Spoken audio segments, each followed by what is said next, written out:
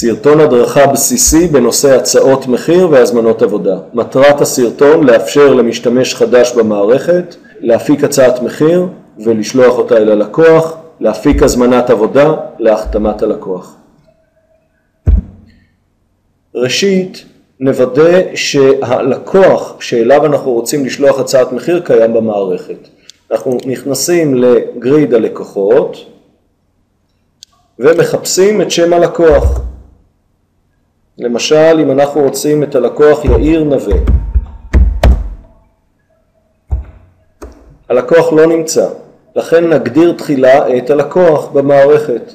נלחץ על הכפתור חדש, נפתח כרטיס לקוח ריק, שם הלקוח יאיר נווה, נוכל למלא כמה שיותר פרטים שיש לנו ברגע הזה שבו אנחנו מגדירים את הלקוח. תמיד נוכל להיכנס ולהוסיף פרטים נוספים. נגדיר את כתובת הדואר האלקטרוני של הלקוח, זה חשוב כדי שנוכל לשלוח את הצעת המחיר באמצעות האימייל.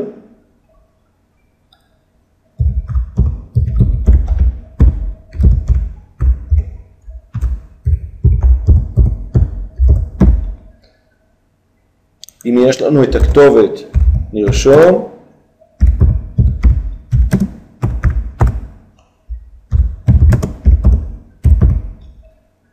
שם נציג ראשי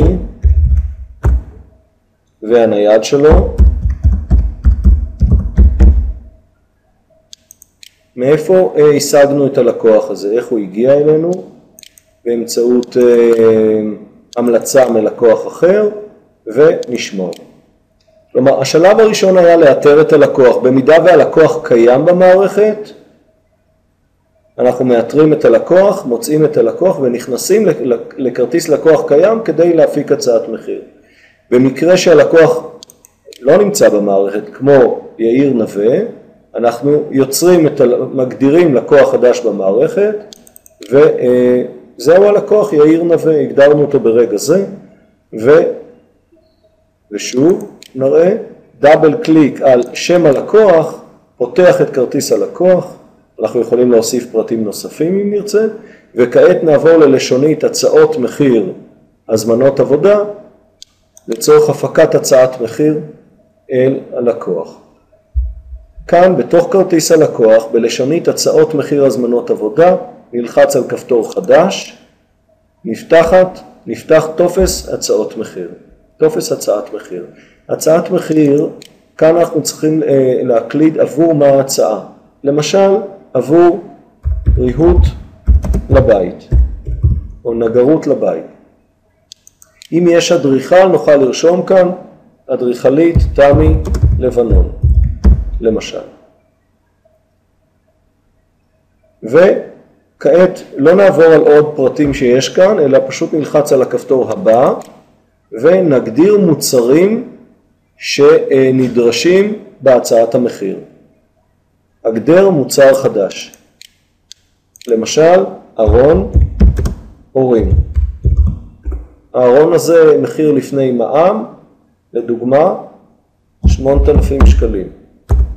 כאן נקליד את התיאור של המוצר כפי שאנחנו רוצים שיופיע בהצעת המחיר. אני כעת מקליד ג'יבריש, פשוט, כיוון שאתם יודעים הכי נכון וטוב כיצד לתאר את המוצר שלכם. ולוחצים על הכפתור אוסף. יפה, הנה המוצר ארון הורים, יושב בתוך הצעת המחיר, מחיר לפני מע"מ 8,000 שקלים. במידה ואתם רוצים להפיק הצעת מחיר, כאשר אתם יודעים את המחירים של המוצרים כולל מע"מ, אפשר לבחור כאן שמחיר המוצרים הוא כולל מע"מ, כלומר 8,000 שקל זהו מחיר כולל מע"מ. הדוגמה שלנו היא דוגמה בסיסית ולכן לא נשנה, אנחנו עובדים עם מחירים לפני מע"מ. מחיר ארון הורים 8,000 שקלים, אם יש לארון הזה מספר אדריכלי, למשל נון 1. זה המספר האדריכלי בתוכנית האדריכלית. כעת נוסיף מוצר נוסף, למשל ארון אמבטיה ילדים.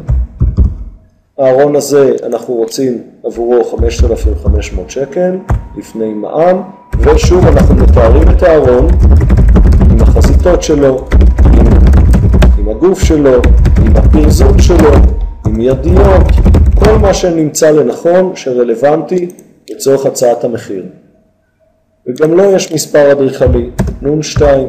אנחנו יכולים גם להוסיף מיקום, במידה ונהיה מעוניינים. למשל, חדר ראשון מימין, בקומה ב'. יפה. כעת נלחץ על הכפתור הבא. בשלב הזה אנחנו יכולים לראות שסך המוצרים לפני מע"מ הוא 13,500, לא ניתנת הנחה, 0% הנחה, המע"מ הוא 2,160 לפי חישוב של 16% מע"מ, וסך הכל כולל מע"מ 15,660. החלק התחתון של הלשונית מציג את מבנה התשלומים כפי שהגדרנו בהגדרות המערכת. במקרה זה הוגדר שהזמנת לקוח מתחלקת לשלושה תשלומים, 33% במועד החתימה, 33% בסיום הייצור, 34% בסיום ההתקנה בגמר העבודה. ולכן כך התחלקו התשלומים. נושא התשלומים הוא נושא נפרד, נסביר אותו בסרטון הבא. כעת נמשיך, לא ניגע בתשלומים כעת. בכל עת ניתן יהיה לשנות אותם ולהתאים אותם למקרה הספציפי. נלחץ על הכפתור הבא, מכאן אנחנו יכולים להפיק את הצעת המחיר ברגע זה, אבל אני מציע כרגע לא לעשות את זה, אלא ללחוץ שוב על הכפתור הבא. ברגע הזה הכפתור שמור מאופשר, אפשר לשמור עליו וללחוץ עליו ולשמור את הצעת המחיר, ונלחץ גם על הכפתור שמור הזה. בעצם מה שקרה זה, איתרנו את הלקוח יאיר נווה, במקרה הזה יאיר נווה לא היה במערכת, לכן הגדרנו את הלקוח יאיר נווה, ויצרנו הצעת מחיר ללקוח בתוך כרטיס הלקוח. הנה ההצעה, אנחנו נמצאים בגריד הלקוחות, הנה יאיר נווה, ואנחנו יכולים לראות שישנה הצעת מחיר בטיפול. נלחץ על המספר 1, כרטיס הלקוח יאיר נווה נפתח לרווחה, בלשונית הצעות מחיר הזמנות עבודה. נעמוד על הרשומה שנקראת ריהוט לבית, אנחנו יכולים לראות שקוד הצעת המחיר הוא 488.1. נקודה 1 המשמעות היא שמדובר בגרסה הראשונה של הצעת המחיר. וסטטוס ההצעה הוא טיוטה, מזה ניתן ללמוד שהצעת המחיר מעולם לא נמסרה ללקוח. היא עדיין בטיוטה. סך הכל מחיר כולל של ההצעה הוא 15,660 שקלים, האדריכלית תמי לבנון. דאבל קליק על הרשומה, תפתח לנו את הצעת המחיר. נלך ללשונית מוצרים, הנה המוצרים שלנו. אנחנו יכולים ללחוץ על הלינק של שם המוצר ולעדכן את התיאור, את תיאור המוצר שוב מחדש בלי שום בעיה. אנחנו יכולים ללכת עכשיו ללשונית הפקת מסמך הצעת מחיר וללחוץ על כפתור הדפס רק כדי לראות את ההצעה לפני שאנחנו שולחים אותה.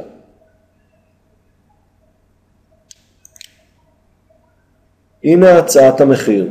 היא כוללת, נקטין רגע שיהיה יותר קל, החלק העליון פרטי העסק, נגדיל מעט, בחלק העליון מצד ימין שם העסק ופרטים, כתובת, טלפונים, אימיילים, אתר אינטרנט, בחלק השמאלי הלוגו, במידה ויש. מתחת לכבוד שם הלקוח, עבור כותרת ראשית, עבור מה אנחנו נותנים לו, למשל ריהוט לבית, וכתובת, היכן כתובת הפרויקט, הנציג הראשי, והצעת מחיר מספר 488.1 עם תאריך ההדפסה. כאשר אנחנו יכולים לראות מתחת את טבלת המוצרים, אנחנו רואים מספר אדריכלי נון 1 ונון 2, שם הפריט ותיאור הפריט וסך הכל מחיר. מתחת לטבלה סך הכל הפריטים, מע"מ וסך הכל כולל מע"מ, והערות להזמנה. אנחנו כרגע נסגור את הצעת המחיר, אנחנו יכולים לשלוח את ההצעה, אבל אנחנו יכולים, לפני שנשלח, נבדוק כמה דברים. ראשית, יש כאן 3 כפתורים. כפתור אחד נקרא הקדמה.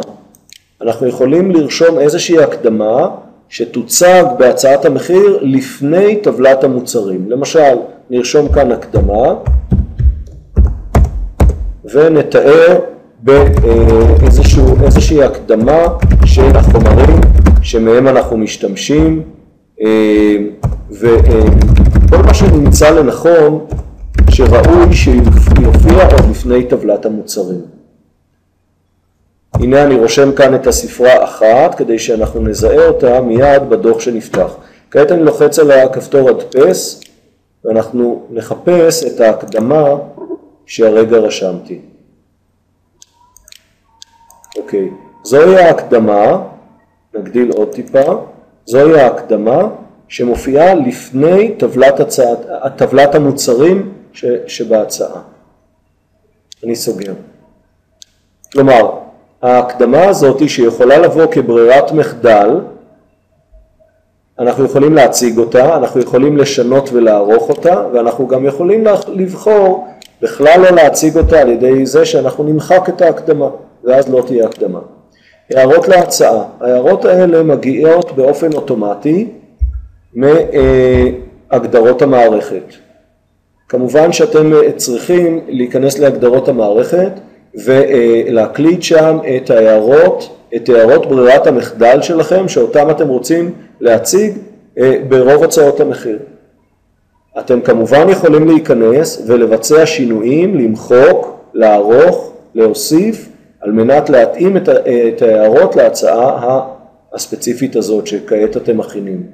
כאשר הכפתור השלישי הוא כפתור שנקרא טקסט לגוף המייל, וזהו הכפתור שזהו הטקסט שיוצג בגוף האימייל שישלח אל הלקוח. למשל, יאיר, שלום, מצורפת הצעת המחיר לעיונך, בברכה, דני שדה, דרך העץ בעם וכו' וכו', הפרטים. יפה, אנחנו יכולים לשלוח כעת את הצעת המחיר על ידי לחיצה על הכפתור הזה. שלח את הצעת המחיר במייל. לפני שאנחנו שולחים, אנחנו יכולים לבחור האם לשלוח גם מסרון באותה שליחה, מסרון אל הנציג הראשי, ליאיר, ובו אנחנו יכולים לרשום יאיר שלום, הצעת המחיר נשלחה אליך כרגע במייל, נגריית עוצמת העץ בעם.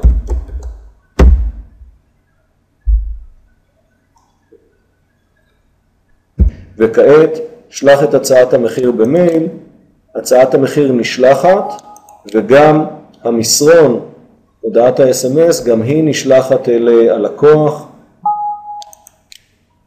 במקביל. יפה, אנחנו יכולים לראות שאנחנו נמצאים בתוך כרטיס הלקוח של יאיר נווה, בלשונית הצעות מחיר והזמנות עבודה. זוהי הצעת מחיר, ריהוט לבית, היא הועברה ללקוח, היא נשלחה באמצעות האימייל, וזהו. כאן מסתיים חלקו הראשון של סרטון ההדרכה בנושא הצעות מחיר והזמנות עבודה. תודה.